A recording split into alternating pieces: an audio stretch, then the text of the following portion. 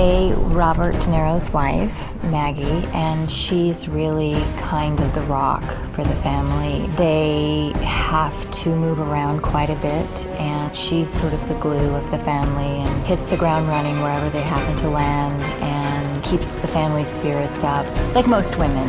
She's deeply in love with her husband and loves her family and is committed to her family, and I think when she got married, it was for better or worse. And however, there is a lot of resentment and a lot of shame about where she's ended up and not at all how she imagined things would be, and it's got to come out somewhere.